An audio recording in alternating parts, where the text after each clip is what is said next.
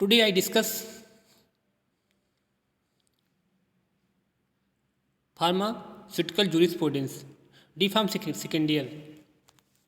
Discuss the Narcotic and Psychotropic Substance Act to production of opium. Topic: cultivate of opium, production, manufacturing and sale of opium. This application. Then second, the application should contain the following information. Third, issue condition of license.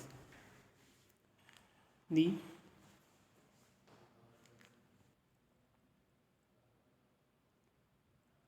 issue condition for license: cultivation, adulteration, weighing, price, supervision and cancel of license. First off, cultivation opium, production, manufacture and sale of opium. The cultivation of opium poppy required for the production of opium. Our poppy straw is a down behalf of the central government is Madhya Pradesh and UP and Rajasthan. The cultivation should be done as per the condition of license issued by the district opium officer. This license is granted by the filling of application in form second along with the 5 rupees and the license should be issued.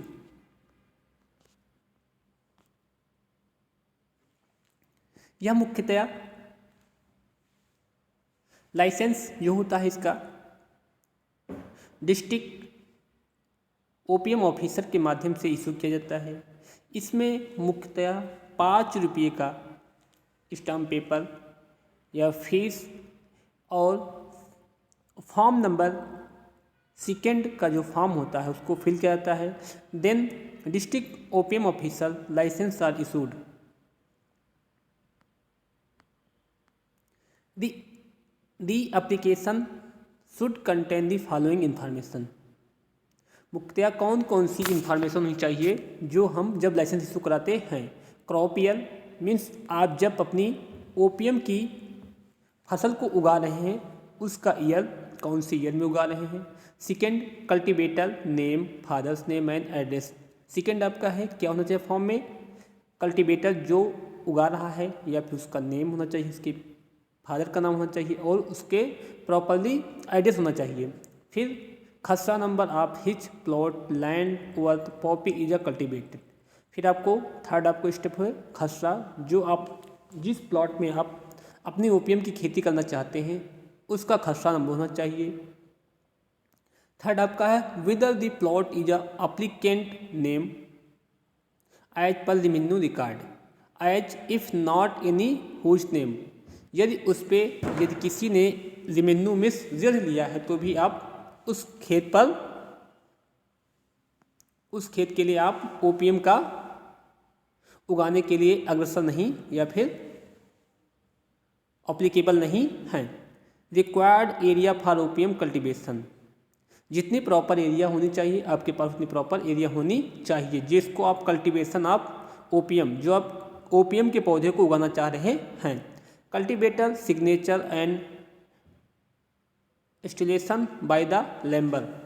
फिर आपको cultivation signature जो cultivator करता है means जो उगाता है उसके signature होने चाहिए और जो आपका पास का लंबरदार या मीन्स प्रत्येक डिस्ट्रिक्ट में प्रत्येक जो क्षेत्र होते हैं वहाँ पर एक लंबरदार नियुक्त किया जाता है जो कि कल्टीवेटर को उसकी देख रेख में ही पूरी ओपीएम की खेती की जाती है। उसके बाद सेकंड क्या, licence is objected to the following condition. Licence की कौन कौन सी कंडीशन होती हैं जब लाइसेंस यूज किया जाता है। The licence should not be transfer his licence and cultivator poppy production of OPM और poppy straw only over the area and plot specify licence. Licence को कभी भी दूसरे के नाम अपना लाइसेंस ट्रांसफर नहीं करना चाहिए।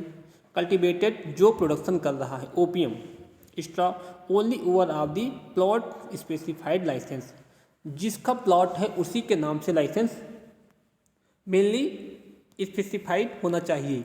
The land for poppy cultivator should be free of लिस्टिगेशन।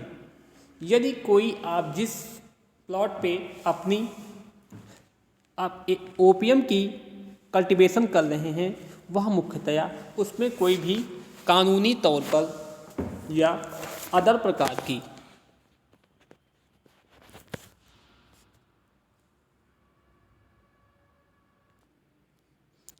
Free क्या बता रहे हैं अदर प्रकार की लाइसेंस की कंडीशन होती हैं। The daily collection of OPM obtain from the crop. Daily कितना कलेक्शन होता है उसका रिकॉर्ड आपको टेकन द नंबर जो आपके क्षेत्र का नंबरदार होता है उसको दिया जाता है। द लाइसेंस वेट कितना आपने क्रॉप से ओपीएम को ऑब्टेन किया है उसका पूरा वेट। फिर वहाँ पर सिग्नेचर होंगे जो एप्लीकेंट होगा and numberdar. Impression should be affix again the entry में बी मेड अप। और डेली का डेली कितना आपने कलेक्ट किया है कितना कलेक्ट हो रहा है इसकी पूरी सत्यता की जांच करता रहता है।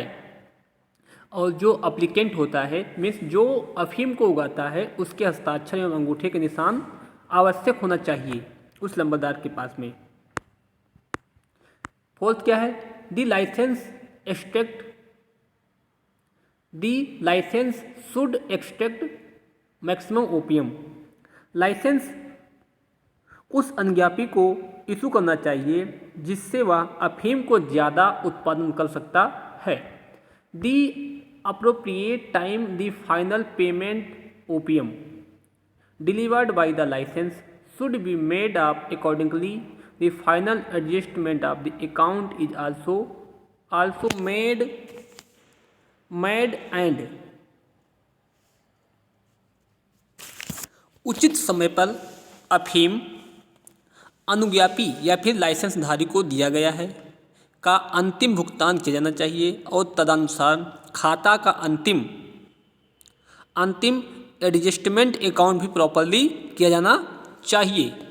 दी applicant should add be provision of the narcotic drug and psychotropic substance act rules and under issue by the authorise if the licence if found to be ineligible for the grant of the license due to the any reason so the license will be cancelled। यदि लाइसेंसधारी को narcotic और psychotropic पदार्थों के अधिनियम के खिलाफ कोई भी वह पालन नहीं करना चाह रहा है या अधिकारियों का द्वारा जारी किए गए आदेशों का पालन नहीं कर रहा है तो इस कंडीशन में अनुज्ञापी का लाइसेंस रद्द कर दिया जा सकता है। और समय पर अगर प्रॉपरली वह लाइसेंस पर अपने प्रॉपरली खेत पर जो अपनी अफीम की है ओपीएम नहीं ऑब्टेन कर पा रहा है तो भी उसका लाइसेंस रद्द होने के चांस होते हैं। उसको कहते हैं the given below are the provision of cultivation of OPM adulteration price and supervision of OPM production. सबसे पहले कल्टीवेशन मीन्स कैसे कल्टीवेट किया जाता है। For the cultivation of OPM poppy the area use has been monitored to the mentioned in the licence.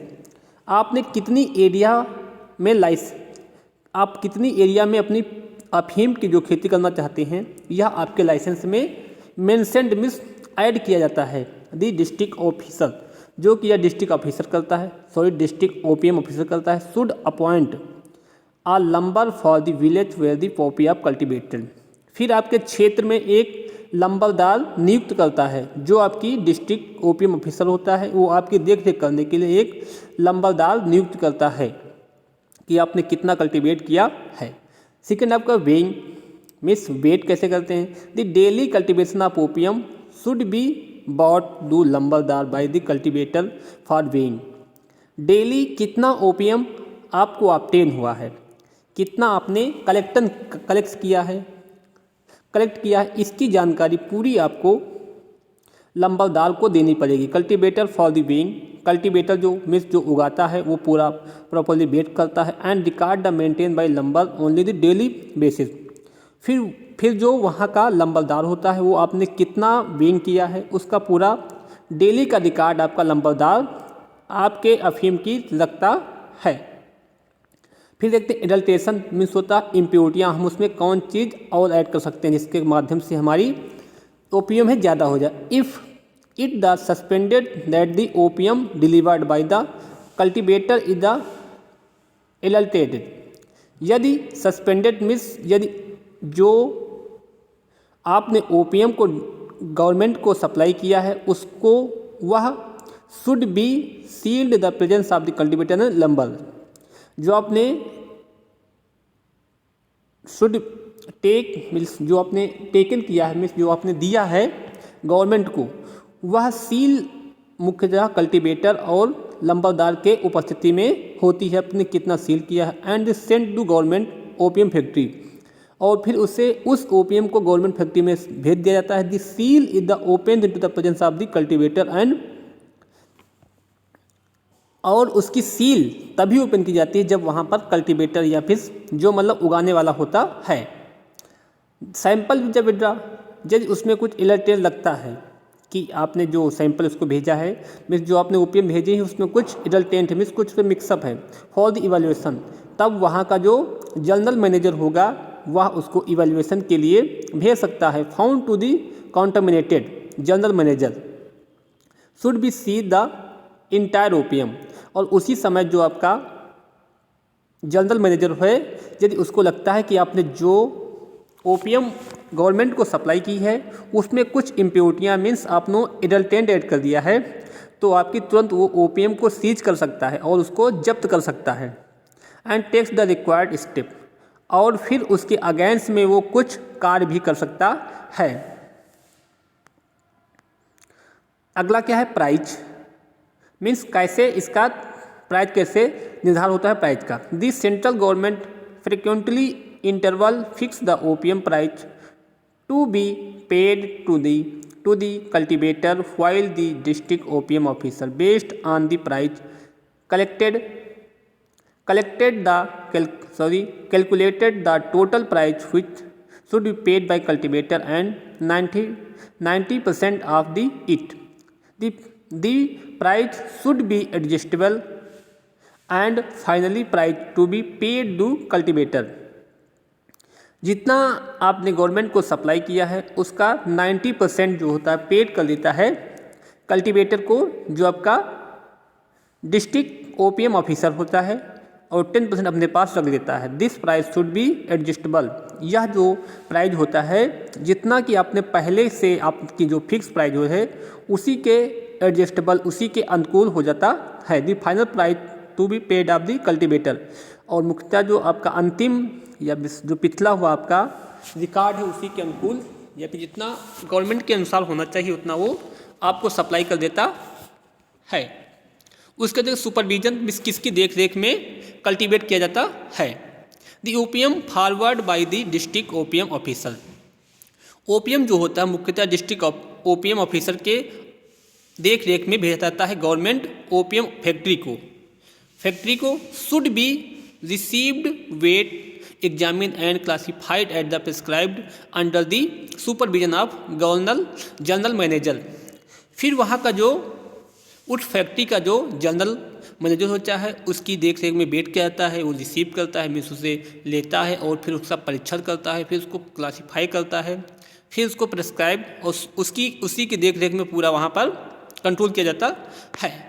उसका देखते हैं cancelled of licence, किस कंडीशन में आपका लाइसेंस रद्द हो जाता है। The licence can be cancelled by the officer superior to the district OPM officer any time if the provision under this act are the not properly follow.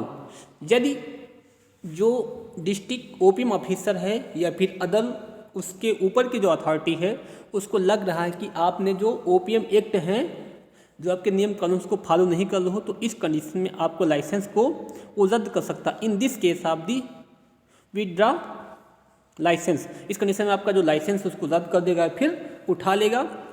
And standing for crop, जो उस समय फसल होती है जो आपकी OPM की होती है उसको भी डिस्ट्रॉय कर देता है। And specified the supervision of the authorise officer, जो कि जिस ऑफिसर की देख रेख में आपकी जो फसल हो रही है या तैयार की जा रही थी, उसी की देख रेख में आपकी फसल को डिस्ट्रॉय कर दिया जाता है। Please watching the videos.